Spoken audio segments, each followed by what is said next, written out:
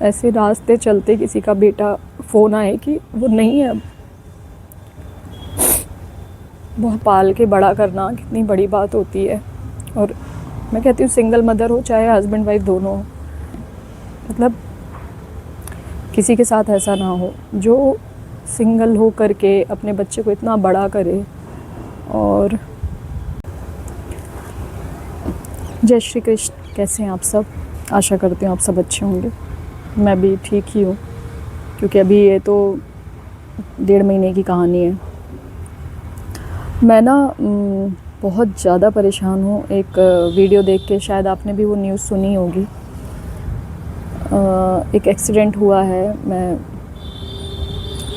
नाम भूल गई हूँ जगह का, ध्यान नहीं है मुझे। मतलब वो सिंगल मदर है, उसका एक ही बेटा था। इतना प्यारा बच्चा, वो इतना प्यारा बच्चा,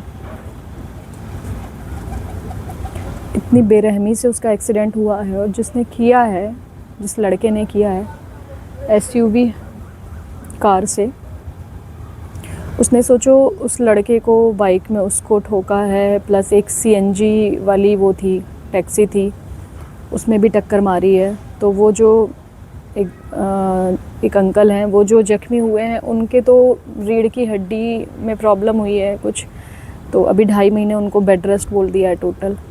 सिर में भी चोट आई है उनके, वो अंकल के।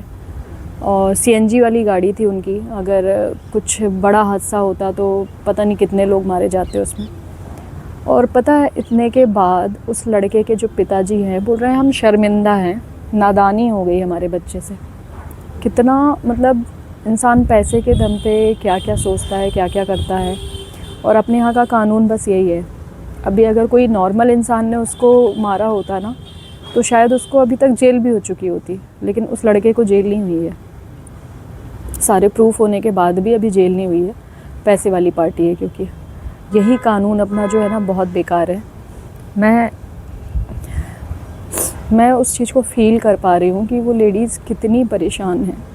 मतलब किसी के साथ ऐसा ना हो जो सिंगल हो करके अपने बच्चे को इतना बड़ा करे।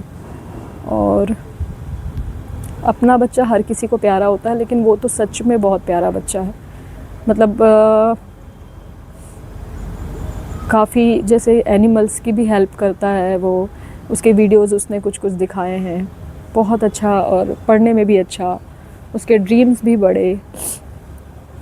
मतलब ना, मैं कल से इतना ज़्यादा परेशान हूँ उसकी वीडियो देख कर। एक तो मेरी सबसे बड़ी प्रॉब्लम यही है, मुझे घर वाले मना करते हैं कि तुम इस टाइप की चीज़ें मत देखा करो, विधि तो ख़ास तौर पे बोलती है, पर मेरे से रहा भी नहीं जाता। मैं और जानने की कोशिश करती हूँ कि क्या हुआ इस केस में, क्या हुआ, क्या डिसीज़न लिया गया। बहुत ही गलत हुआ है, बहुत ज़्यादा।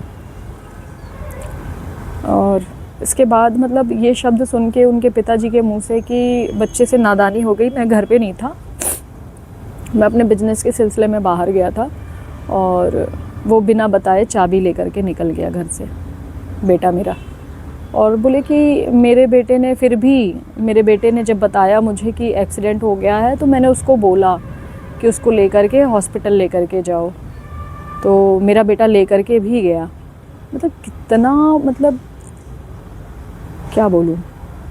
मैं तो कहती हूँ आपका खुद की भी औलाद है अगर ऐसी ना किसी की ज़िंदगी बर्बाद करे, पकड़ो कॉलर, उसको खुद ले जा कर के जेल में बंद कराओ। अगर आपके अंदर शर्मिंदगी है तो मैं तो यही कहूँगी कि आप उसको पकड़ो और ले जा कर के खुद सौंप दो पुलिस को, ठीक है। अब बोल रहे हैं कि उस माँ से ज़िंदगी भर माफ़ी मांगूंगा मैं, क्या मतलब है। और दूसरी चीज़, उसके 12 या 13 चालान आ चुके हैं उस लड़के के नाम के। और उसका सोचो उसकी एज कितनी है, 2009 का डेट ऑफ बर्थ बता रहे हैं वो, 2009। तो अभी वो सोचो कितनी कम एज का लड़का है वो, 16-17 साल का है वो अभी सिर्फ। और कार चला रहा है, कुचल दिया उसने।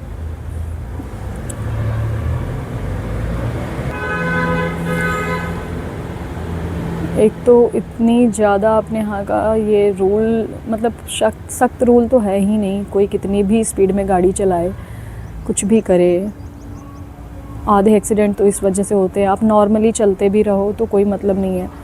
ऐसी रील्स मेरे को पता नहीं रिकमेंड हो जाती हैं। मेरी फीड भी इतनी ख़राब हो चुकी है इंस्टाग्राम की कि मैं क्या बताऊँ, मुझे यही सब चीज़ें दिखती हैं।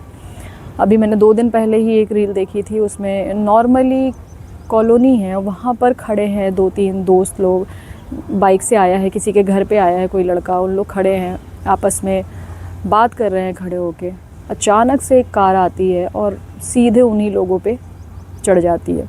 सारे ऐसे जैसे कि मतलब क्या बोलूँ मैं, जैसे कि कोई बम फटता है, चिथड़े उड़ते हैं ना कागज़ों के, इस तरीके से ऐसे उड़ गए हैं सारे। जितने 3-4 लोग खड़े थे, सब इस तरीके से। मेरे को समझ में नहीं आता है, ये बड़े लोग अपने बच्चों को गाड़ी पकड़ा देते हैं, निकल जाओ, जिसको रौंदना है रौंद दो, जिसको मारना है मार डालो, बचा लेंगे पैसे के दम पे। किसी की एक बच्चे को पाल के बड़ा करना कितनी बड़ी बात होती है। और मैं कहती हूँ सिंगल मदर हो चाहे हस्बैंड वाइफ दोनों हो, हर किसी के लिए तकलीफ़ की बात है ये, नहीं होना चाहिए। देखो बीमारी से किसी की मौत हो जाती है तो भी इंसान बर्दाश्त कर लेता है, ऐसे रास्ते चलते किसी का बेटा फ़ोन आए कि वो नहीं है, बहुत बुरा लगता है। मैं 2 दिन से परेशान हो चुकी हूँ ये न्यूज़ सुन के,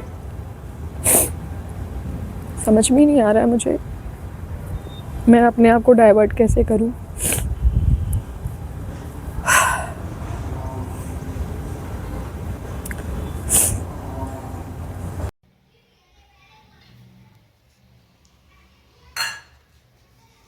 मम्मी देखो, इसको खोलो। You are the best mom in the world. अच्छा है ना?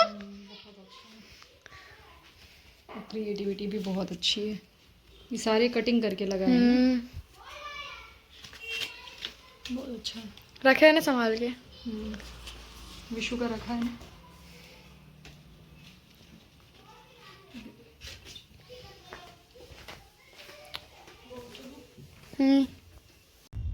यहाँ पे मैं कैब बुक करके ये डॉक्टर से मिलने गई थी।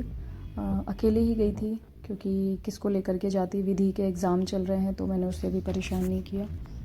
और मम्मी को लेके जाती तो घर पे विशु को छोड़ के जाना पड़ता, मतलब कैसे करते, तो मैं अकेले ही होकर आई थी। और 2 दिन से नाइट में मुझे थोड़ा सा दर्द हो रहा था, पेन था मुझे, और उसका रीज़न ये था कि मैं बेल्ट हटा दे रही थी नहाने के बाद 1-2 घंटे के लिए। मैं सोच रही थी कि जल्दी इम्प्रूवमेंट हो, बट डॉक्टर ने बोला है कि बिल्कुल भी नहीं करना है आपको।